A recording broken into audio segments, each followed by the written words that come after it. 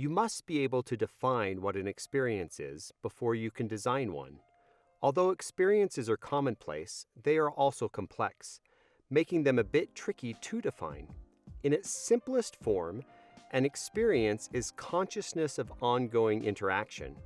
For an experience to occur, you must direct your attention towards something that is happening around you. We perceive experiences both objectively and subjectively. Objective perception is achieved through our five senses. Subjective perception is how we individually respond to an experience, the memories we take with us, and the stories we tell about it. Experiences arise out of the interaction between an individual and the observable elements. A group of people can have the same objective experience, attending the same meeting, for example, but each will come away with a different subjective experience. This happens because each person has their own personality, background, and attitudes. Experienced designers must recognize the interactive or co-created nature of their designs. What matters is not what you think about an experience you've designed, but what people who interact with the experience think about it. In the same way a landscape is made up of elements such as grass, plants, trees, hardscaping, and water features, experiences consist of specific elements. In fact, we use the word experiencescape to describe the elements associated with any given experience. The 6 elements of an experiencescape are people, relationships, objects, place, rules, and blocking. Properb for short. People consists of all the individuals who will participate in an experience, as well as those who will provide that experience. You need to understand the interests, needs, and backgrounds of participants and sufficiently trained providers. You also need to think about the relationships between participants. Do they know each other? Do they need to get to know each other? What type of relationship should exist between participants and providers? It makes sense to help people get to know each other during a new employee onboarding exercise, but you don't need to do this for shoppers in a clothing store. Experiences often involve a variety of objects. These can be both physical, like tables and chairs, or symbolic, like logos or other symbols. You want to focus on the most salient objects that uniquely define your experience as a designer and not get distracted by less important ones.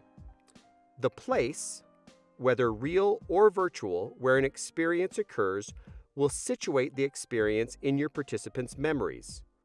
You must consider the sensory aspects of the physical space as well as the place in time your experience occurs. Rules play a role in all experiences. These rules may be legal or cultural. Designers may also create rules in order to facilitate an intended outcome. For example, games are, at the core, a set of rules designed to facilitate play. Blocking, a term borrowed from theater, describes the movement of people and things through an experience. Where people walk, how physical space is organized, or pathways through an app are all examples of blocking. If you've ever found yourself waiting in a disorganized line, you've experienced poorly designed blocking. The 6 elements of the experience-scape, people, relationships, objects, place, rules, and blocking, are the raw materials of experience design. The way you choose to arrange these elements will create the experience-scape users will interact with. It is important to remember that a change in any element will alter the entire nature of an experience. Consider indoor versus outdoor dining, a party with close friends compared to one with complete strangers, or basketball played with balloons. Small changes can have significant impacts on the overall experience. As already described, experiences are co-created through interactions between individuals and experience-scapes. We cannot force anyone to have an experience. Rather, our goal is to provide an opportunity for participants to interact with the 6 experience-scape elements we have intentionally orchestrated to hopefully produce subjective reactions both we, as the experience designer, and those participating in our experience will value.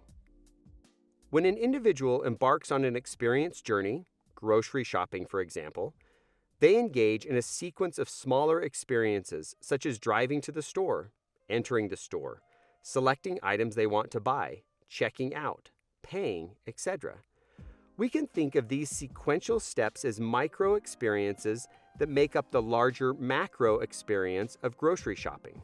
The subjective reaction to each micro experience influences how an individual will respond to subsequent micro experiences and how they reflect back on those they have already experienced. Macro experiences can be broken down into 3 phases: anticipation, participation, and reflection. Each phase consists of all the micro experiences associated with anticipating, participating in, and reflecting on an experience. Good designers attend to all 3 phases. We'll talk more about these phases when we talk about the role of storytelling in experience design. Experience design is different than physical object design. The abstract and dynamic nature of experiences, coupled with the fact that individuals perceive the same experience differently, make experience design both complex and rewarding. Understanding the nature, elements of the experience-scape, and the anticipation, participation, and reflection phases creates a solid foundation for designing intentional experiences.